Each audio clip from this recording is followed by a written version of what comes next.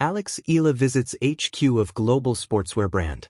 Filipina tennis star Eala is in the United States ahead of her participation at two upcoming tournaments, the BNP Paribas Open and the Miami Open. But before she raises the Philippine flag on the global court once again, the 20-year-old tennis prodigy first made a stop at the Nike World headquarters in Oregon. Eala shared on her Instagram stories a series of snaps from the headquarters of the global sportswear brand, including a video of her showcasing a photo wall that displayed some of her milestone moments. Eala also posed by a table tennis table customized with the Sampaguita art designed by Georgina Camus for the Nike by You in Full Bloom collection. Take a look at Alex's photos at the brand's HQ in this gallery. In the early hours of a bright morning in Manila, the glass facade of the global headquarters of Nike shimmered like a promise. Inside, designers moved between mood boards and material swatches, engineers tested the spring of prototype soles, and marketers studied maps dotted with the names of cities around the world. It was a place where motion was imagined before it was ever performed. And on this particular day, motion arrived in the form of Eala. She stepped through the revolving doors not as a visitor alone, but as a symbol of a new chapter in sport, young, fearless, and global. Her stride carried the quiet confidence of someone who has stood across the net from the world's best and learned to look pressure in the eye. Yet there was also unmistakable curiosity in her gaze. Today, she was not just an athlete. She was a student of innovation. A walk through the engine room of dreams. The headquarters lobby displayed decades of sporting history, shoes worn in championship finals, jerseys that had witnessed impossible comebacks, and photographs frozen at the exact moment victory erupted. Alex paused before a wall of iconic silhouettes, her reflection blending with legends who had come before her. A design director greeted her and guided her toward the innovation kitchen, a space humming with 3D printers and advanced knitting machines. On one table lay a prototype tennis shoe, lighter than a whisper, engineered for explosive lateral movement. On another, fabric samples that could wick sweat under tropical humidity. For someone who trains in the Philippines and competes across continents, the engineer explained, temperature adaptability matters. Alex nodded, running her fingers across a fabric that felt like a second skin. She understood what many spectators did not. The smallest adjustment, a millimeter of cushioning, a gram of weight, could shift the outcome of a match. The science of speed. Inside the biomechanics lab, motion capture cameras traced every step as Alex jogged lightly on a treadmill. Sensors mapped the angles of her ankles and the torque of her knees.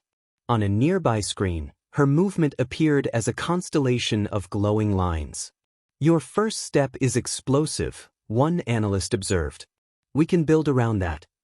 The room fell quiet for a moment as Alex considered the idea that her game, her countless hours of training, her childhood mornings under the Manila sun, could inspire a product worn by athletes she might never meet. The thought humbled her.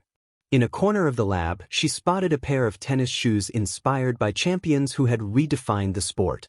She remembered watching matches by players like Rafael Nadal and Serena Williams, studying their footwork, their resilience. Those shoes were not merely merchandise, they were artifacts of ambition. Now, she was part of that continuum, where culture meets competition. Later, in a sunlit conference room overlooking the campus courtyard, the conversation shifted from performance metrics to storytelling. Executives asked Alex about her journey, from junior Grand Slam success to representing the Philippines on the world stage. She spoke of early sacrifices, of balancing schoolwork with training, of drawing strength from her family. She spoke of the pride she felt carrying her country's flag into international tournaments. A creative director listened intently. "What does home feel like to you?" she asked. Alex described the rhythm of Manila traffic, the warmth of Filipino crowds, the resilience embedded in her culture. She spoke of color, vibrant blues and reds, and of the ocean breeze that lingers in coastal cities. Designers scribbled notes. Inspiration was forming. The court inside the building. The headquarters featured an indoor training facility, hard courts laid beneath skylights that poured in natural light. Alex changed into training gear and laced up a prototype pair of tennis shoes engineered specifically for her style of play. The first rally echoed sharply off the walls. She moved laterally, testing grip and stability. She sprinted forward for a drop shot, pivoted, and recovered to the baseline. The feedback was immediate and precise. "They're responsive," she said between points. "But maybe a touch more support on the outside edge." The designers watched, not with the detachment of observers, but with the attentiveness of collaborators. This was not a marketing visit. It was a conversation in motion. As rallies intensified, a small crowd gathered along the sidelines: engineers, interns, executives. They were witnessing the raw reason behind their work, the athlete who would carry their ideas into the crucible of competition. Bridging worlds. After practice, Alex sat in the athlete lounge, overlooking a courtyard where employees biked between buildings. She reflected on how sport connects worlds that might otherwise remain distant. A young girl in Quezon City could lace up a pair of shoes designed thousands of miles away, inspired by an athlete she watched on a flickering screen. In that sense, this headquarters was not just a corporate campus. It was a bridge. The partnership between Alex and Nike symbolized more than endorsement. It represented belief in potential, in representation, in the power of visibility.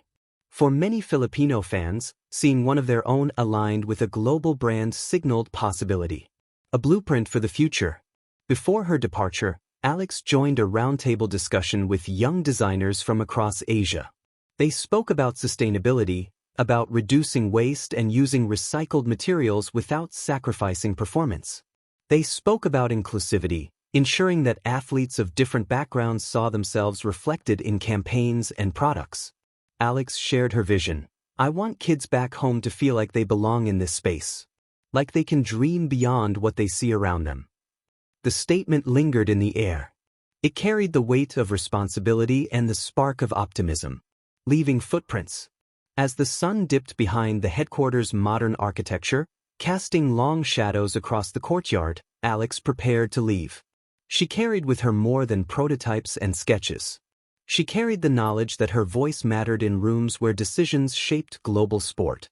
Outside, a mural near the exit bore a simple phrase about pushing limits. She paused for a final glance.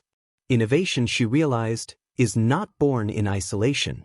It thrives in collaboration, between athlete and engineer, culture and commerce, ambition and craft. When the doors closed behind her, the building did not return to its ordinary rhythm. Something had shifted. Designers returned to their desks with renewed urgency. Engineers tweaked their models with fresh insight. Interns replayed the rallies in their minds. Somewhere in Manila, a young tennis player would soon